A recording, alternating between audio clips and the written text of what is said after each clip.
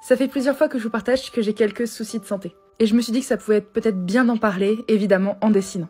Ça fait plusieurs années que je souffre de grosses douleurs chroniques qui sont dans tout mon corps. Au début, c'était une contracture chronique à l'épaule gauche, ensuite le cou, les membres, et puis la cage thoracique et puis l'entièreté de mon corps. J'ai des douleurs à peu près depuis que je suis au lycée, mais je pense qu'un des facteurs qui a été déterminant là-dedans, c'est une maladie grave que j'ai eue à mes 14 ans. J'en ai jamais parlé parce que c'est un sujet très sensible pour moi. Je déteste le mot qui représente cette maladie, alors je préfère dire que c'est un trouble alimentaire restrictif sévère. Mon corps était devenu tellement petit qu'il avait atteint sa limite, et j'ai choisi de me lancer dans le processus douloureux de la guérison juste à temps avant que ce soit trop tard. Ça a pris environ 5 ans avant que je remange entre guillemets normalement. Mon corps reprenait ses formes, mais le processus de guérison est tellement complexe que j'ai développé d'autres troubles, notamment liés à un environnement absolument pas sain dans lequel je vivais. Finalement, la violence qu'a subie mon esprit s'est transformée en une violence sur mon corps, que ce soit de ma propre main ou de mon corps qui s'autodétruit. C'est un petit peu l'impression que j'ai depuis des années. Mon système nerveux a tellement souffert que maintenant j'ai des points hyper douloureux dans tout le corps. Et même avec des soins et des massages, c'est vraiment la sensation d'avoir un pieu en métal brûlant qui s'enfonce dans le muscle. Donc les soins et les massages sont plus une souffrance qu'autre chose, mais ça a un petit peu aidé à réduire l'inflammation.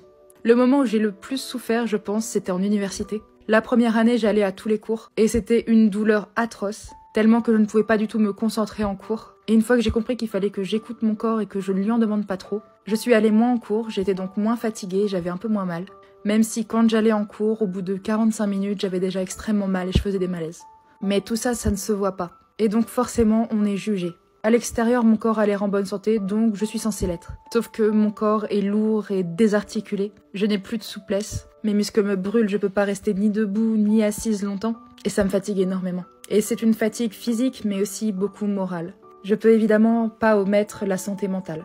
Mon cerveau est lui aussi en surchauffe et n'arrive plus à fonctionner correctement.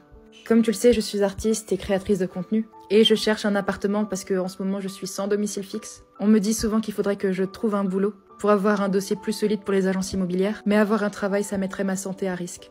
J'ai très souvent besoin de m'allonger. C'est la position qui me procure le moins de douleur, même si évidemment j'ai quand même mal. Mais au moins mon corps travaille le moins possible. Et quand j'arrive à m'endormir malgré la douleur, je suis un peu plus apaisée et je dors beaucoup, je fais de l'hypersomnie. Après 12 heures de sommeil, je suis quand même très fatiguée. Pourtant je sais que j'ai pas une âme à me laisser aller. Je suis créatrice, j'adore faire plein de choses. Et je pense qu'en règle générale, j'arrive bien à les faire. Sauf que toute cette situation, notamment avec mon appartement, ça me pèse énormément. À côté de ça, je suis très très fière de la communauté qu'on a créée tous ensemble. Même si parfois c'est un petit peu dur d'être la victime des algorithmes, qui nous poussent à poster encore et encore, et qui parfois ne nous récompensent pas avec les vues qu'on mériterait. Je sais que vous serez quand même toujours derrière moi. J'ai plein de projets et j'ai hâte que ça devienne mon métier quand j'aurai mon appartement.